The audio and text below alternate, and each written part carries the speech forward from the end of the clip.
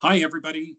Welcome to our webinar on rebuilding culture in times of disruption about M&A, team maturity, change, and AI insight. My name is Tim Morton. I'm the president of Prompt AI, and thanks for spending this hour with us. I'm really excited about this session, and I think I think there's going to be a lot of great insights coming out. Just briefly, with regard to Prompt AI, we help leaders to turn what teams are experiencing into clear priorities and targeted actions. So integrations and transformations have fewer surprises, stronger adoption, and in the end, better outcomes. And just a couple notes before we get going too far. We're recording today's session, and we'll send out the link to everybody that's joined. We have time for Q&A in the end, so as needed, please add your questions as we go to the Q&A or to the chat, and we'll look to get them into the discussion. And let me introduce our speakers today. So we've got Mark, and Mark's the founder of TBMOQ, which is a mouthful, and he works with leaders and teams using experiential learning to build trust and clarity and team maturity, and really so pleased that Mark is here. And we've got Joe, senior transformation and integration leader, here to share some real integration experiences he's had from the front lines. So with that, just want to hand it over to Mark and then to Joe to do a real introduction so people get to know a little bit more about you. Thank you, Tim. All right, good to be here. I'm Mark Marula from the TBMOQ. It is a mouthful. It stands for Team Building Montreal, Ottawa, Quebec.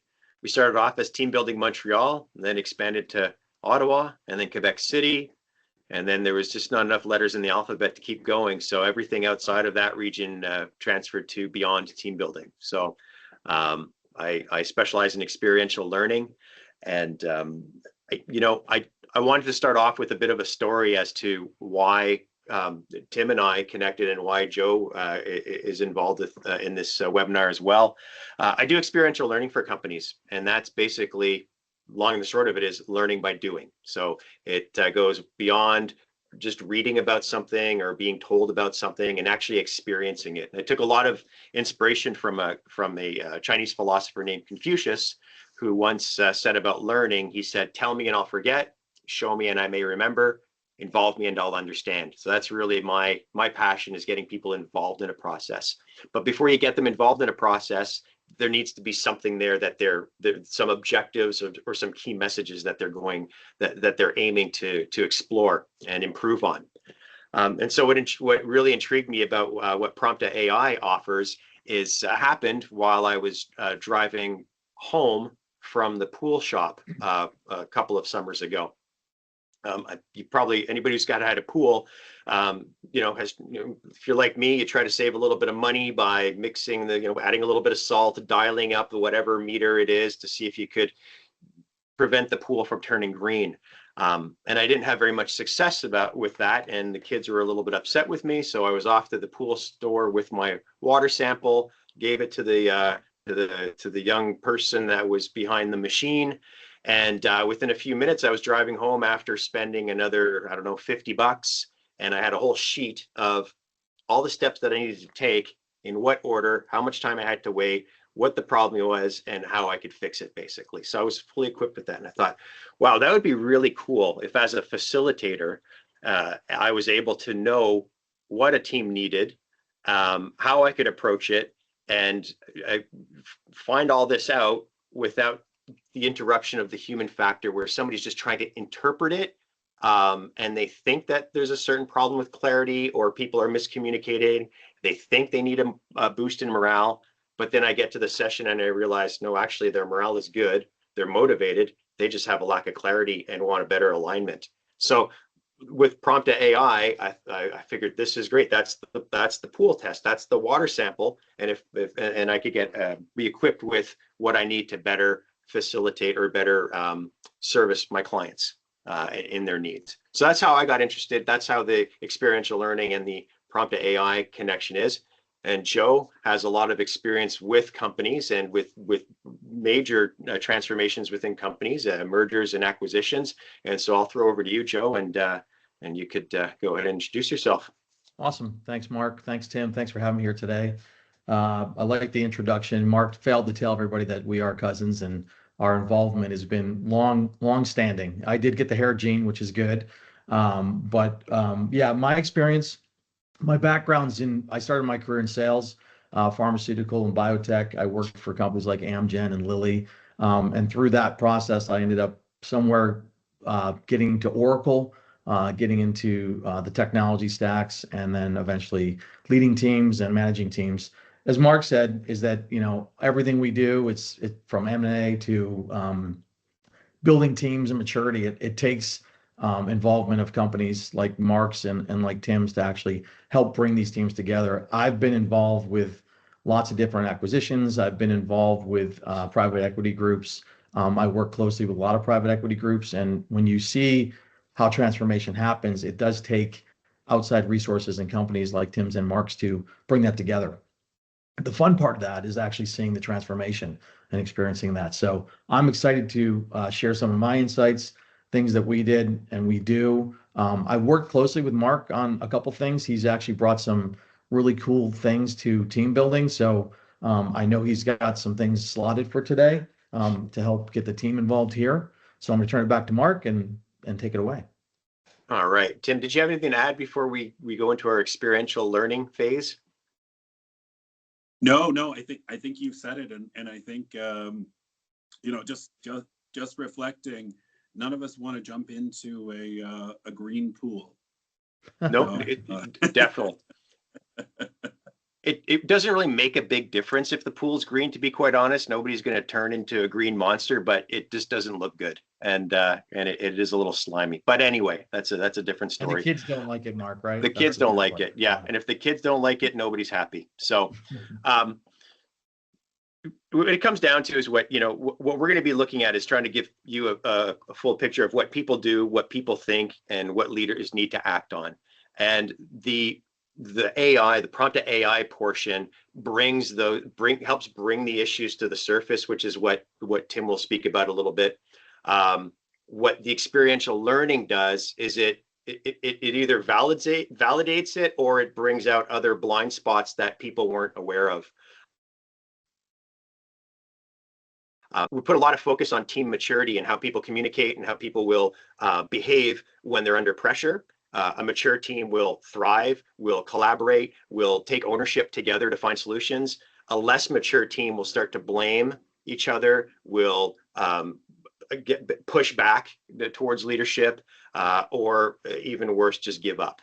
So there's a wide spectrum of what happens. I want to help you understand why certain playbooks don't work, why frameworks don't always work. And I like to start with an exercise, and this is a participatory exercise.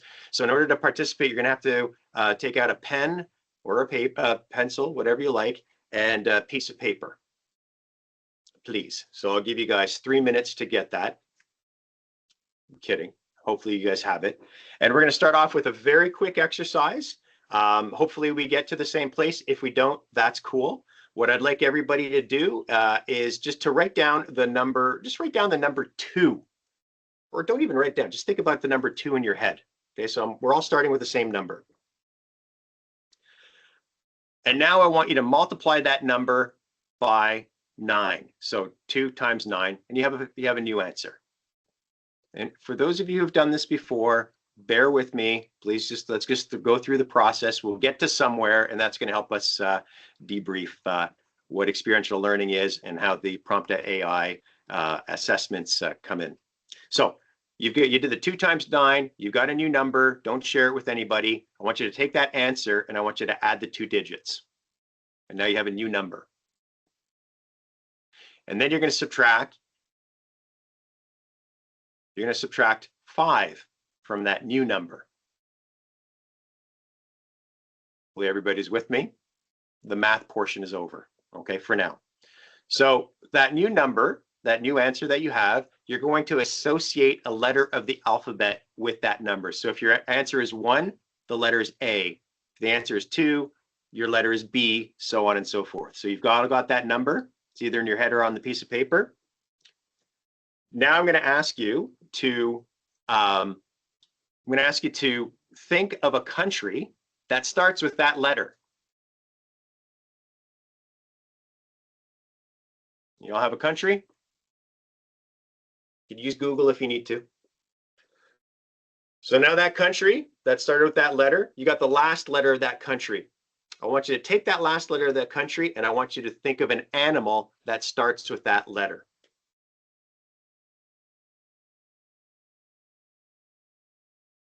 So now you have a country, you have an animal.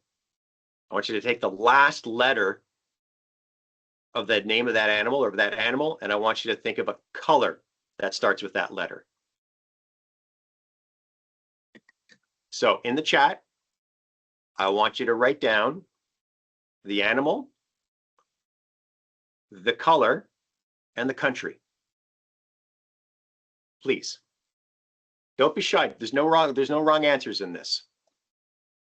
Let's see. Let me look at the chat here. I'm not seeing anything coming. Is anybody there doing it?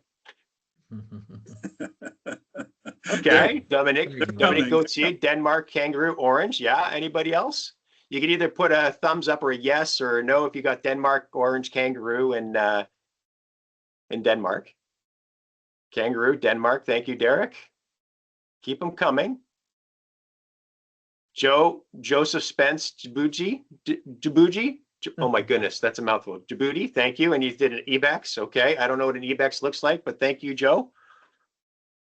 Dragon navy blue.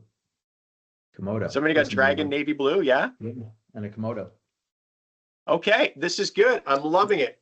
Phil, I don't know how you came up with whales, snake, and ebony, but that's quite all right.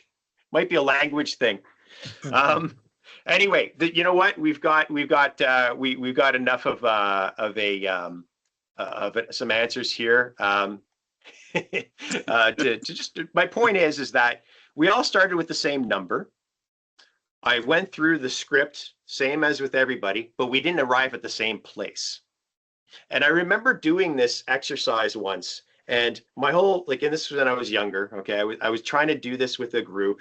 It was a group of emergency room nurses in Montreal, all sorts of different cultures. And I just want to show them that if you follow a script, you follow a process, we'll all get to the same place at the same time.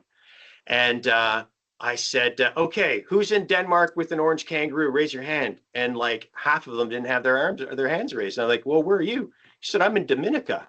I said, Dominica? She said, that's not a country. She goes, I'm from Dominica. I'm like, oh my goodness.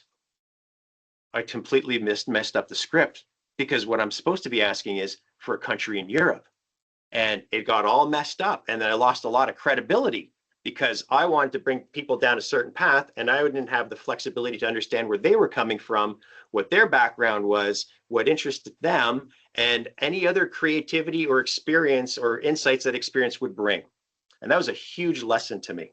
And I'd like to just take a couple of minutes here with Tim and with Joe to see how, in your experience, how does that story connect with some of the realities that you face with your clients or with your teams? Well, why don't I jump in first? I love it, and I see even Pauline ended up with Canada first, so I love it. And you know what I'm really thinking about, how people and leaders and teams behave under pressure, and sometimes, especially if it's if it's a complex transformation like a big digital transformation or an M&A, we start to see behavior shift where a lot of times, folks would never expect that out of a leader. But when they're not on solid ground and teams aren't on solid ground, we start to see shifts. And, for Joe or Mark, I'd love your thoughts on what you see with teams when they're under pressure and some of these behaviors, because again, what this demonstrated to me is, the same instructions again gave different outcomes. And again, that's fascinating. And it's so important for leaders to understand that we don't necessarily have everybody on the same page. Yeah. Yeah. I actually Context. reached out. Yeah, go ahead, Tim. Sorry, Tim or Mark. Tim, I Yeah. appreciate the perspective, but Mark, I reached out to Mark on this topic a couple of years ago with a team that we were building. It was an M&A activity, and we were bringing all these different people together. And he actually gave me this example to run with the team. And to your point, Tim, is that it's bringing everybody together. You're trying to unify them, but if people come with different answers, people come with different parts of the world, different places they've worked at, and it's really unifying that together. And that's hard when you get through change management. That's the biggest thing they have to deal with, is actually it's almost they come and they realize these roles are changing and things are moving and they don't know where to fit in. So when you can do things like this, it actually gives the opportunity for them to be heard and different perspectives. And I think when we work within M&A, we see that all the time. It's actually trying to harness all that and then really getting everybody on the same sort of path forward and the same vision. It's not easy to do. And that's why when you look at team building events like Mark does, it's amazing what can come out of those things. So I've had some good experience with this exact example. Yeah, it's an interesting one because it unveils some of the preoccupations that people have. When I gave this exercise just now, and the way I usually do it is I give it in such a way that I'm reading a script. I'm just following a playbook, and I'm not really paying attention to where people are at and what doubts they might have or what concerns they might have. I'm just assuming that everybody's going to follow and everybody's going to get to the same place, knowing that that's not going to happen. So I'm not trying to trick people when they do it, but it is to help understand that we all come from we have different backgrounds, different interests, different experiences, and different concerns. And a lot of times when I do this, people who've done the exercise before, they're like, I know where he's going with this, so I'm going to try something different. Or they'll assume that they know the answer already, and so they'll say, like, I've had answers like gray elephant in France, and because there's a version you do this in French, and that's what you get up to. That's the conclusion. So somebody said, oh, I've heard this before. I'm just going to say gray elephant in France, and then I'm going to check my phone and do something else, right? So I've had a lot of success with this because it helps people understand, okay, we've really got to pay attention, and we have to understand where we're going and willingly participate if we're going to get to this, either the same place or a similar place, and learn from it. You guys want a second example, or are we done with experiential learning? No, let's do it, Mark. These are good. Yeah, you'll notice there's very little PowerPoints. I don't use very many PowerPoints because the reality is that you can't PowerPoint your way to team maturity. You've got to, and you can't template your way to trust. So what we're going to do is we're just going to use another example. And this time I'm going to do it I'm going to model a way of doing it that's very caring and focused on each of the people that are in the audience, and not just try to get through a playbook. So now I want you to be equipped with your I'm going to say calculators. Most of the people have their calculators on their phones. So take out your calculator, and I'll walk you through a process. And my intention here is to get everybody to the same place. Okay, so I would really love it if we could get to the same result. So calculators out, please. Oh, the other thing is when I do these things, I hear grumblings right away. I'm not good at math. Then they're not good at geography, and they don't know colors. They're colorblind. So I often hear a lot of excuses when I do this. So let's be equipped with the right tools. Take out your calculators, and here's the first step.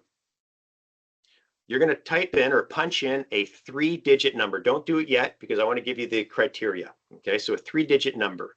The criteria are as follows. There can't be any zeros. You can't repeat the same numbers. And the first digit has to be higher than the last digit. Okay, so as an example, I would take the number 321, 321. There are no zeros. None of the digits repeat themselves, and the first digit is higher than the last digit. You could choose any number you want, put it into your calculator, and at the same time, what I'd like you to do is just take note of what your original number is, okay? So just write it down somewhere, please. All right. Now, with your calculator, you're going to press the minus sign. and you're going to reverse the order of your original number. So mine would be 321 minus 123. Okay, so you're not scrambling the number, you're just reversing the order. And you're going to press equal. Now I'm going to open up the chat and I'm going to challenge everybody, or not challenge, I'm going to ask.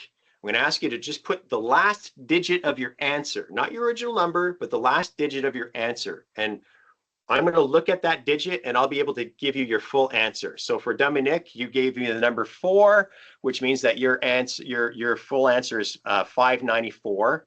Brian, you're 198. Pauline, you're 396. Joe, you're 396 as well. Logan, you're 594. Tracy, 396. Aaron, you're at 198. Tim, 594. Did I get any wrong? Phil, 198. Come on, give me a thumbs up, Phil, if I got it right. Okay. Mark, do you have the winning lottery numbers for tonight too? Can you pass those around? There's no trick up my sleeves, right? Derek, you're at 396 as well. If I was wrong, okay, if I got any of these wrong, this is where I would like to know if I got it wrong. Because if there's any, if there's any mistakes, we need to find it, because the mistakes could be is definitely a lack of clarity. So I got one person that said no. Tracy, nope. 396 wasn't your total answer, Tracy? What I would do in this case is I would have somebody say, okay, what was your original number? So just make sure that the original criteria is correct.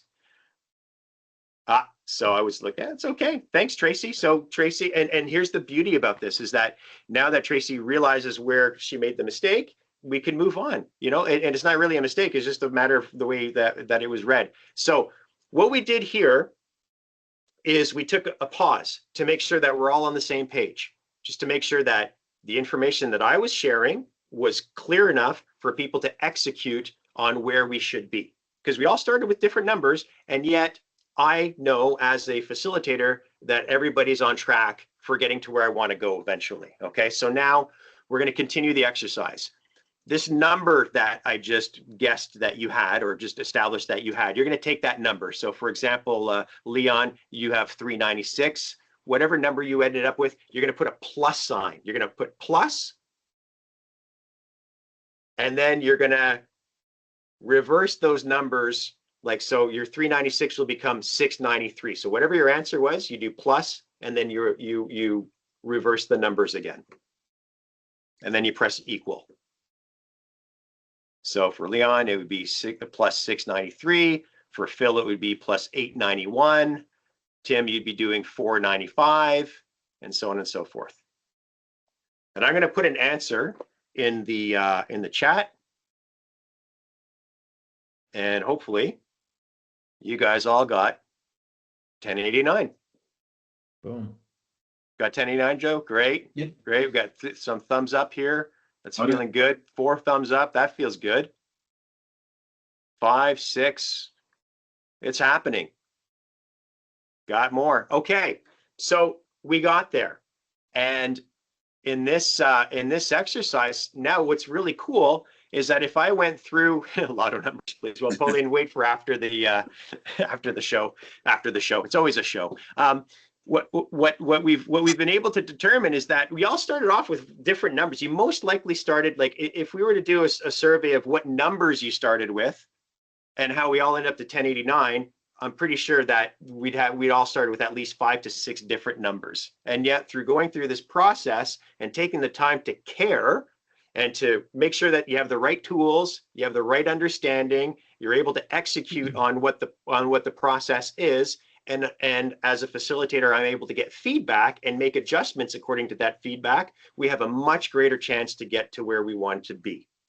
Okay, so that's exercise number 2. And I'm going to throw back to Tim and Joe to see what the links are between this form of experiential learning and the assessments that you get from Prompt.ai, and then the reality you've also faced back with your teams. So over to you guys. Perfect. Well, why don't I jump in and then Joe, over to Yep. you.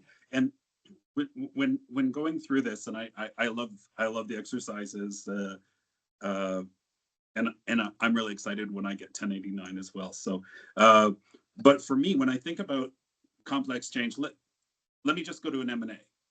And I go to an M&A example is a lot of times leaders believe that their reality is the same reality as their team members.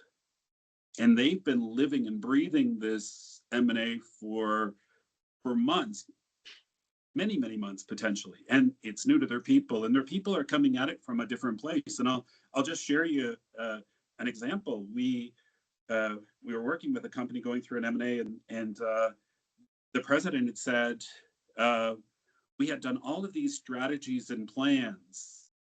We'd spent weeks upon weeks, and it was so detailed, and we knew what we were doing. And then when we actually listened to our people at scale, we realized a lot of what we'd planned wasn't going to hit the mark. It wasn't what they wanted, what they needed, what was important. And there was a lot of things that were hidden that they had no visibility to. And what was so important for them to understand is the reality is going to be different depending on different demographics, age, or plant that they're in, or location, or their role, or their team, all of those things. But people are coming from a different place. And when we can't listen and we make assumptions as leaders, or when we're just hearing what we want to hear, a lot of times we're missing how to really support our people. So I love that these exercises kind of bring that to life. So Joe, over to you. Yeah, thanks, Tim. And I like that exercise also. When you look at the activity itself, it's communicating, it's listening, it's engaging. I think as leaders, and I've been in enough experiences like this as an executive, you realize really late that the silence creates a narrative in the minds of these people when this change happens. So they start, if you're not communicating, obviously as leaders, we have our own agendas of things we want to achieve. But when you stop listening and you're not getting them involved, like Marco was here, is getting these people involved and actually having them be a part of it, you lose them. And then they start creating their own stories and their own storylines. And I have a couple, we had an acquisition that we were involved with. They took over our company, and everybody kept saying, the leaders were like, yeah, we got this. We're going to do this. This is how it's going to work. And we're going through it. And about 3 months in, realizing that we were missing key functionality of people to do the job. And it was a lot later than planned. And it set the course for us to extend this even further out than it had to be. But I think it's because you have to really actively listen and listen to your people, because again, the narrative that's going through their mind is a lot different than what's going on. And when you get them involved like this, it actually can make that transition in M&A a lot more smoother. So great activity.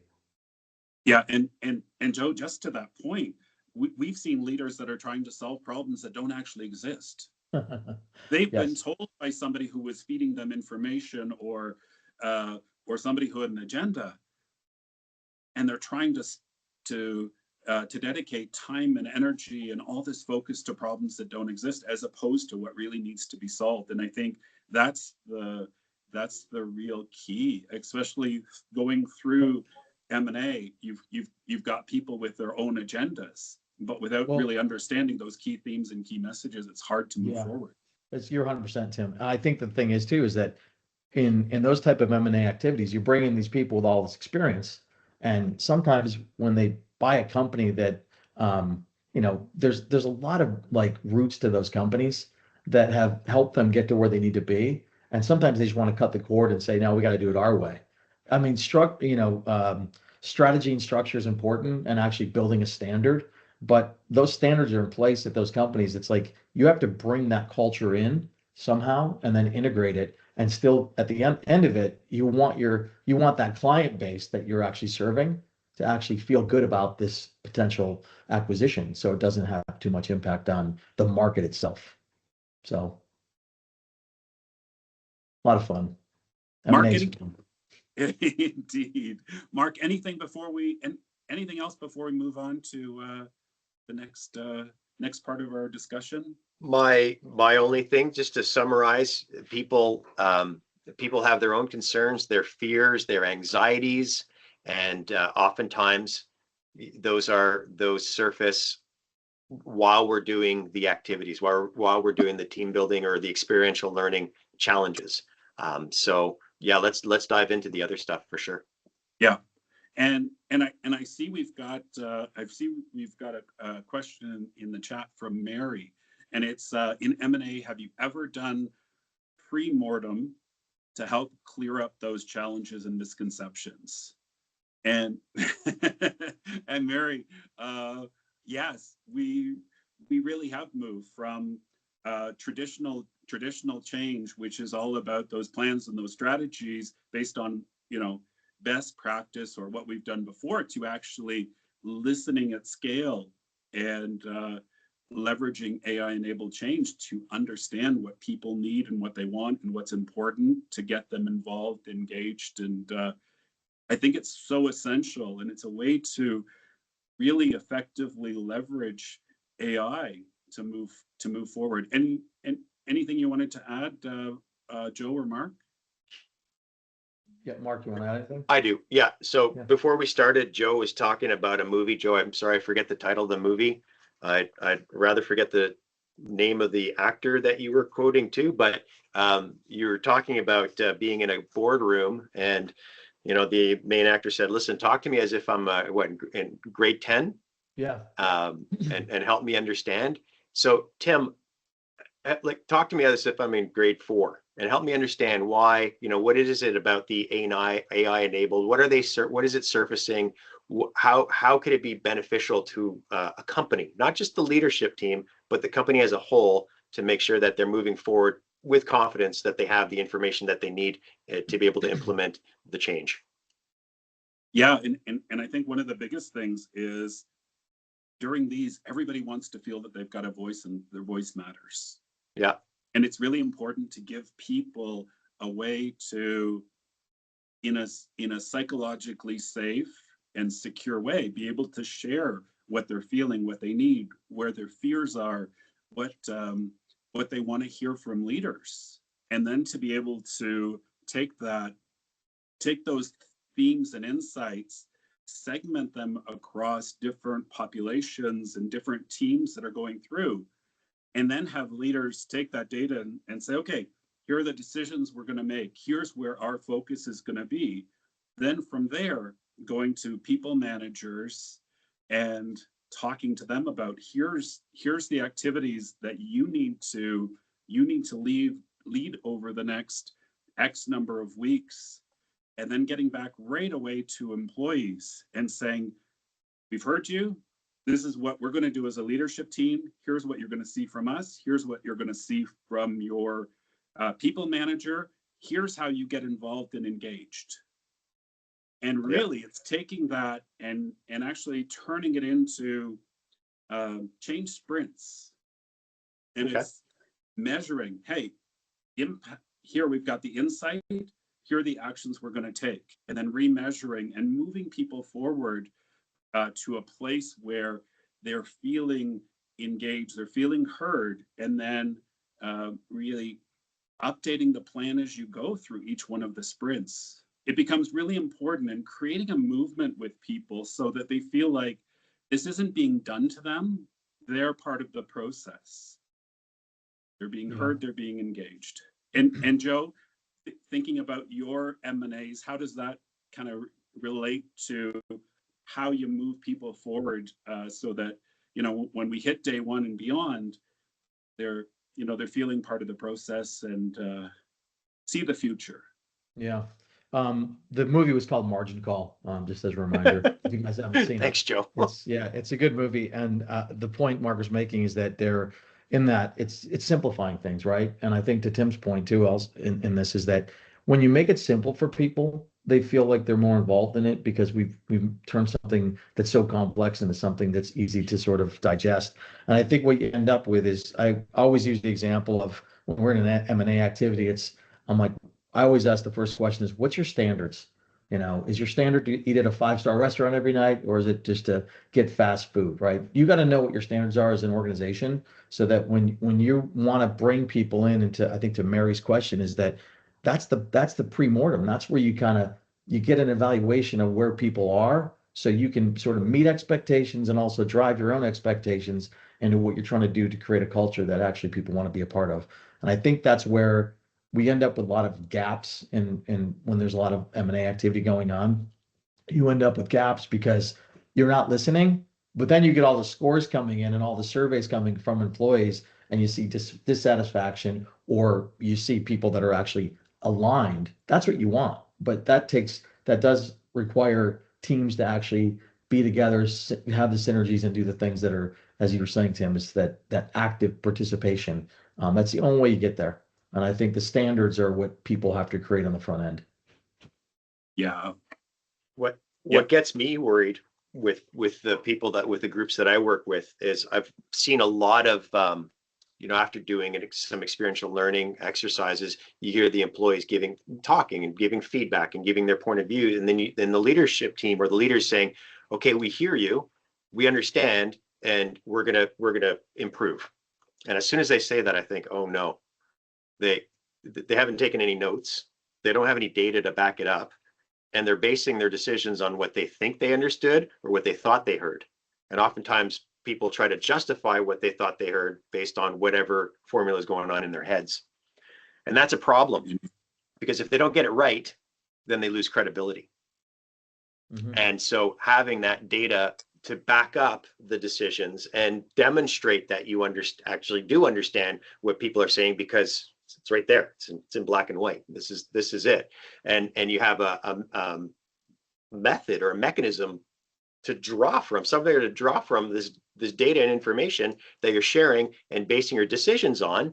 Well, then at least people will start recognizing themselves in that decision, as opposed to being imposed a certain change or a way of doing things that they may or may not agree with or even understand themselves. So I think the part about the gathering the information, the pre-program or the pre-assessment, very important, and the follow through, again, based on the data that's collected, not just based on I think this is going to be the way to go. When people do that, the results that I've seen in the experiential learning and team building activities is it often happens when you've got the companies that are, even departments that are coming together. We do an exercise, everybody's, yes, we're going to collaborate, we're going to work together towards a common goal, we're one team, we're doing it for the company, not just for ourselves, and they promise each other that they're going to work together. As soon as they get into an experiential learning exercise, you could see the sort of the legacy leadership group get together and the others get together, and they're not collaborating, they're protecting their identity. And once you see that, like right in front of you, like you can't deny it, those people are protecting their identity and those people are protecting their identity, and neither of them has actually made the bridge between, well, what's our new identity? Mm-hmm. And that's where the magic of the experiential learning comes in and complements the data that's collected prior to the programs. Yeah. Mark, you made a good point. Sorry, Tim. His point about the separation of like the two groups, right? The old guard and the new guard.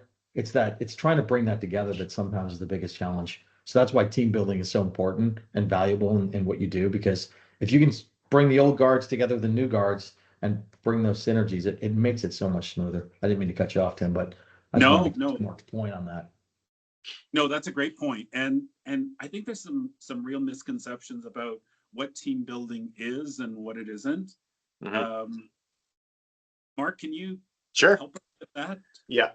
Okay. Thank you. That's one of the biggest thorns in my side. Everybody calls things team building. Anything that's a group activity or something you do together has been called team building. So everything from bubble soccer and axe throwing to psychometric testing has been falling under the category of team building.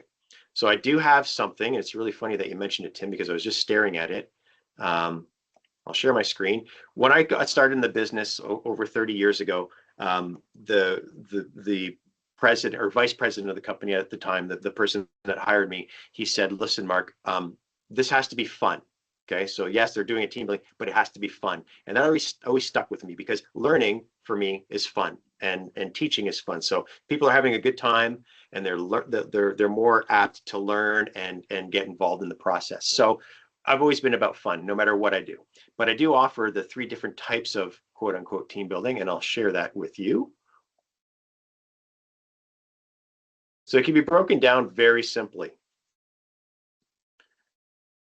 So let me know if when you guys see my screen. See something that says transformational fun? Yeah, okay. So you've got team bonding, which is informal fun. That's stuff that people do just to, boost morale, have a good time. This is where you're going to be doing a picnic in the park, maybe a softball game, bowling, go-karting, axe throwing. It's just informal.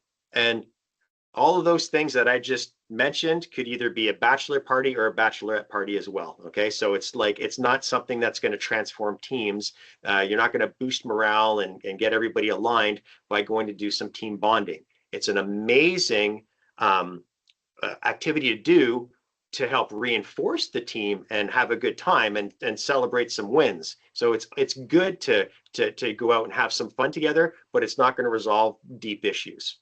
Okay, so definitely part of culture building or maintaining, but not the be all end all of, hey, we need a team building, let's go bowling and build up morale. Okay, so that's informal fun.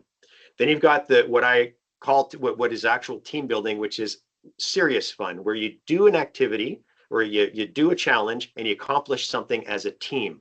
So team bonding, do something as a group. Team building, accomplish and learn something as a team.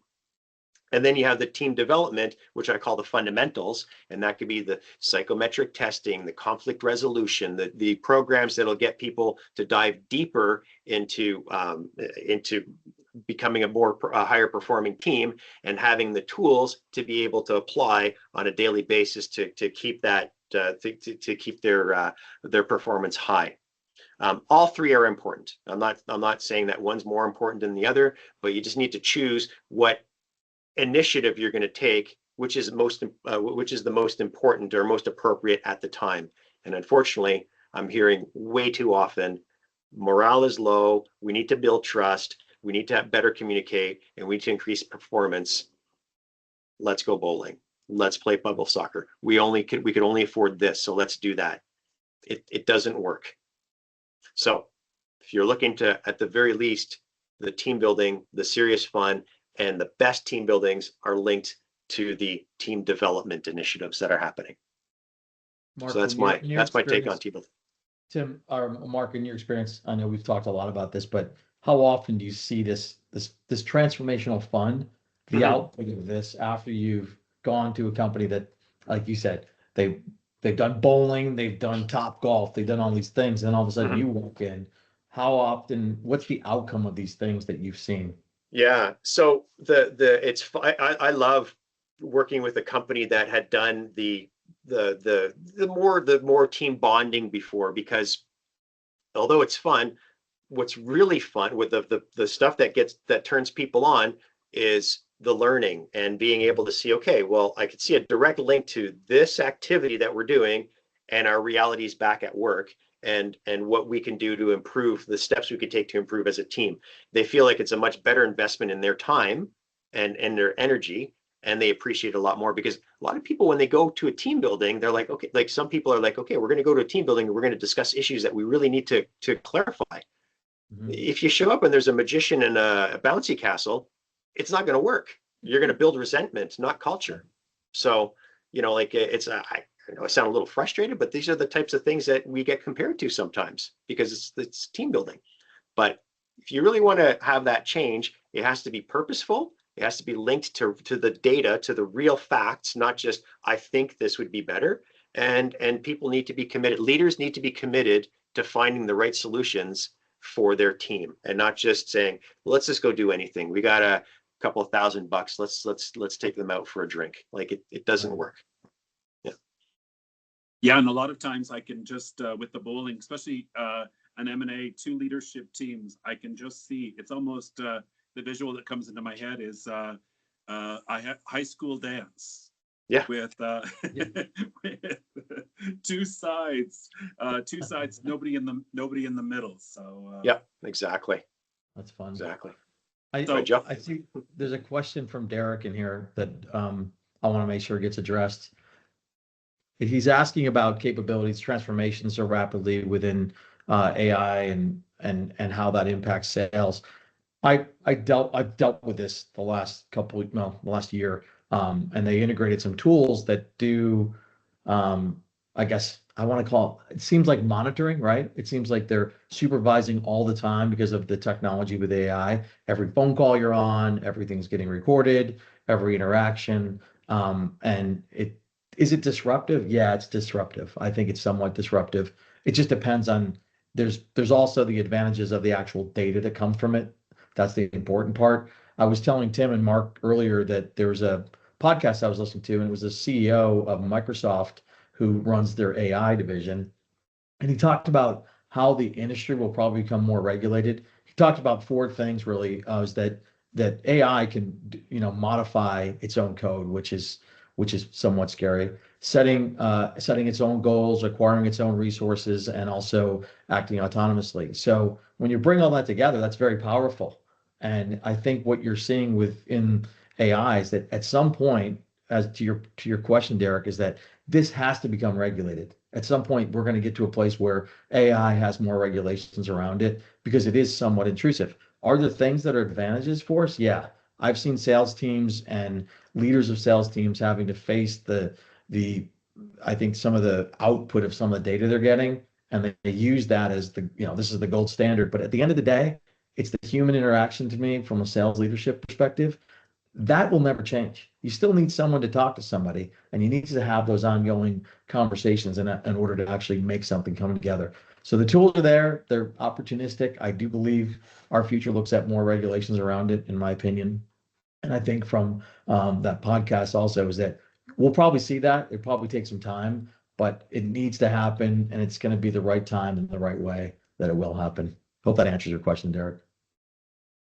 Yeah, and just to build a little, a few things that come to my mind.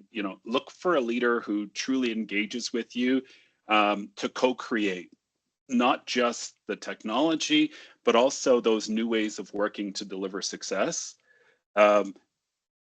Look to make sure you've got your own change lead and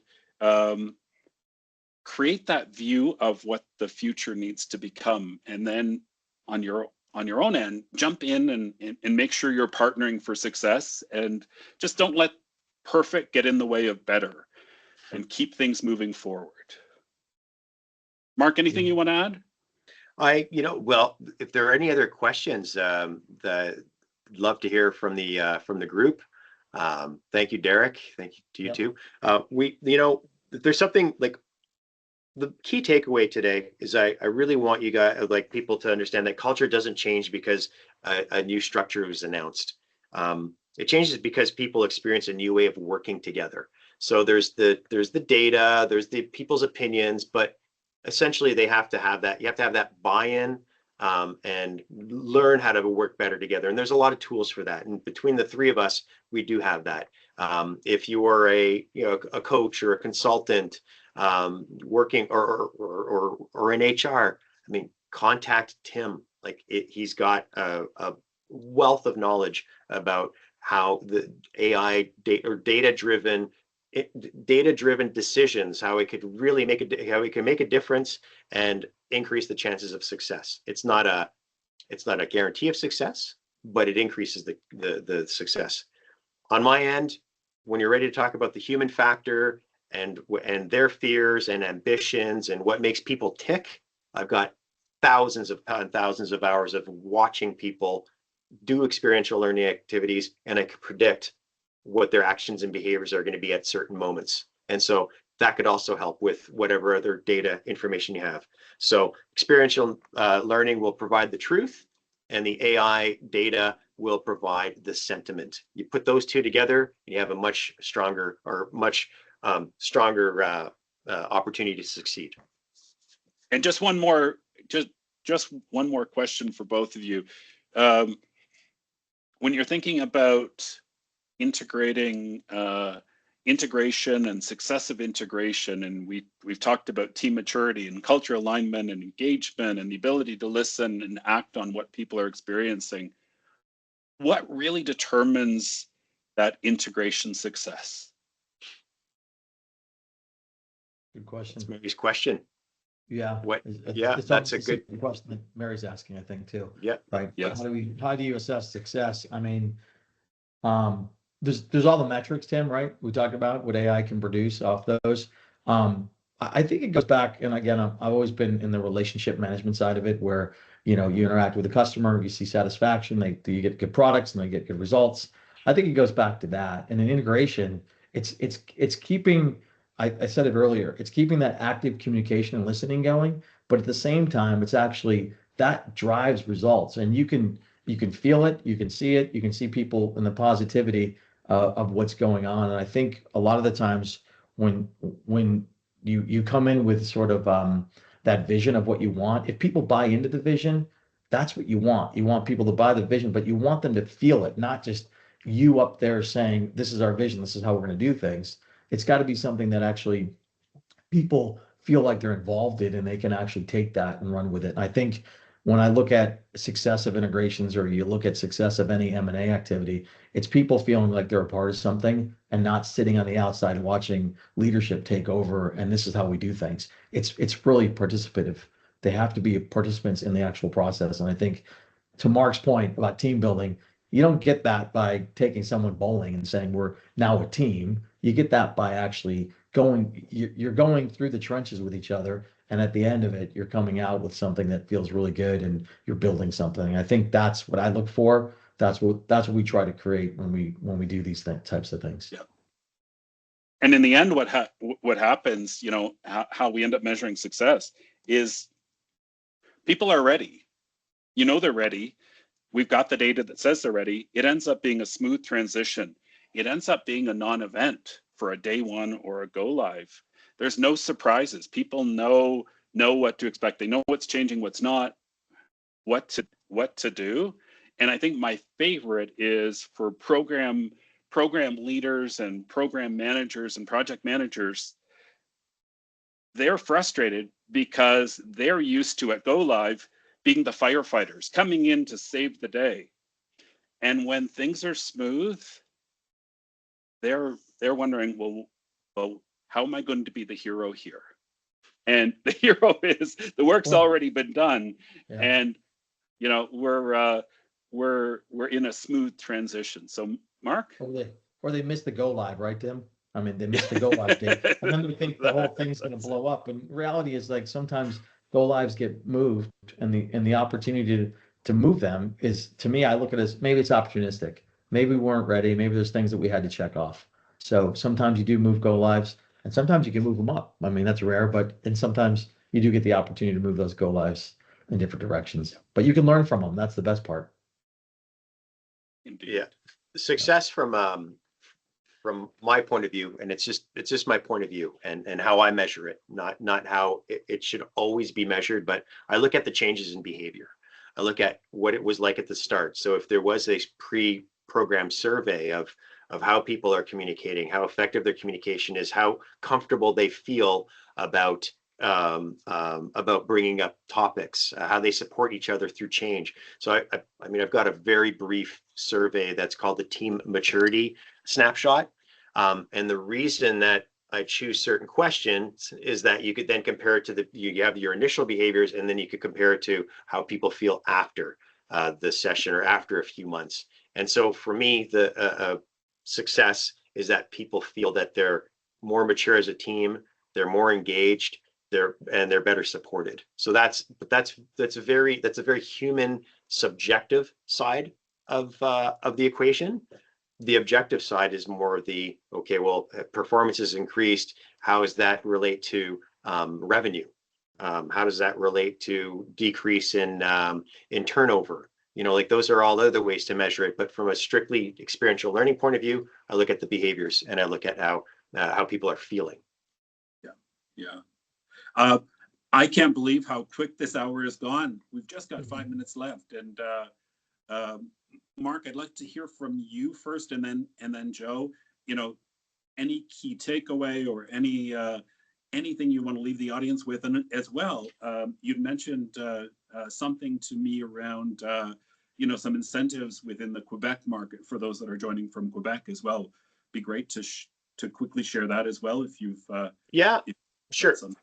So really, yeah, thank you, Tim. The incentives in Quebec are for, there's a law in Quebec that stipulates that any Quebec-based business that has a payroll of greater than $2 million must invest 1% of their total payroll into training and development. Okay, so that could represent thousands of dollars. And so the team building or any of the services in terms of team development, those qualify if you're working with an accredited supplier such as Team Building Montreal. So if you have something that a real training need that we could integrate into a team building, then you could get a tax credit for not only for our services, but for the employee salaries for the time we spend together, any transportation or food costs, and site rental associated with that. So just in this last couple of weeks alone, the average, my clients are getting an average of about, for every dollar they invest in the team building, they're getting $1.60 to $1.70 in tax credits. So it's a hard for a lot of people to wrap their brain around that like it almost feels like we're promising to pay them to come do team building. It's not the case. It's part of an incentive that the Quebec government has. It's actually a law, because if you don't spend it, you get taxed on it at the end of the year. So that's one benefit for if you're a Quebec-based business, and if you want to find out more about that, you can let me know. More importantly, if you want to invest in becoming a better team, better performance, let's talk about what the needs are, and let's take it from what you think you need to let's try to get a little bit more concrete and have those surveys or the assessments that go along with it, because that really helps justify the investment. Well, I could see Pauline just wrote that there's the same incentives in Alberta. That's good to know. Excellent. Excellent. It's called the productivity grant. That's fantastic. I did not know that. Pauline, thank you for that. That's very good information to have.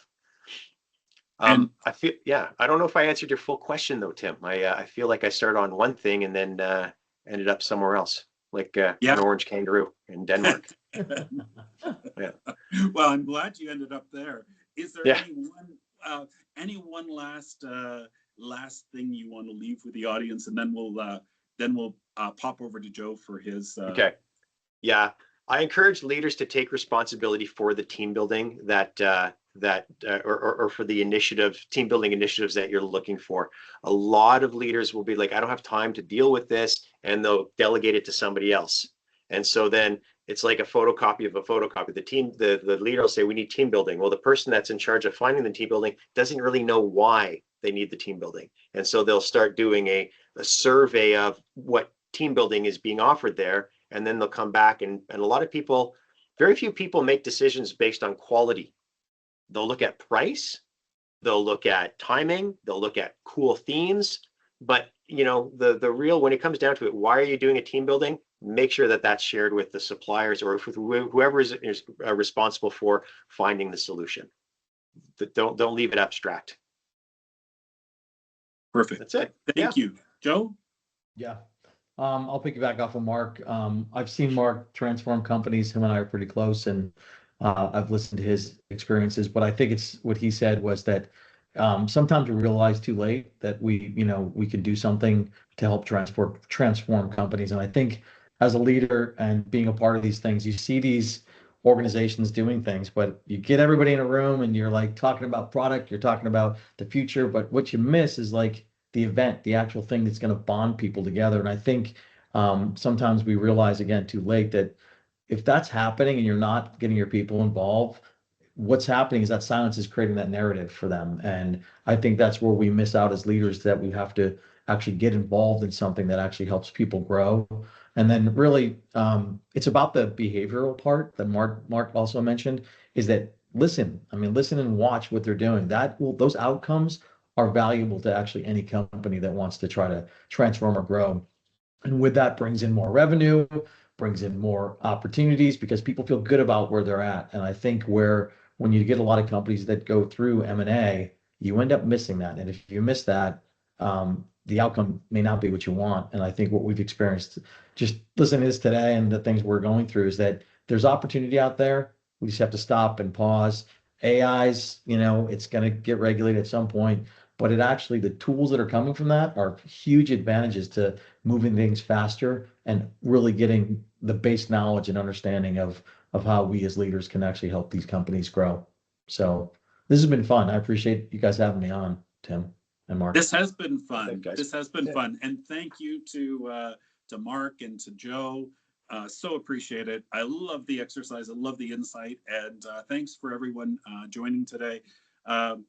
We will send out the recording and just from a closing thought, disruption's not slowing down and leaders can absolutely enhance or rebuild culture while they're going through complex change. And if they combine team maturity and practical leadership routines and insights, they're going to reduce those surprises and make sure the outcomes are outstanding. So thanks everybody, and really appreciate the engagement, the involvement, and we'll see you soon. Bye for now.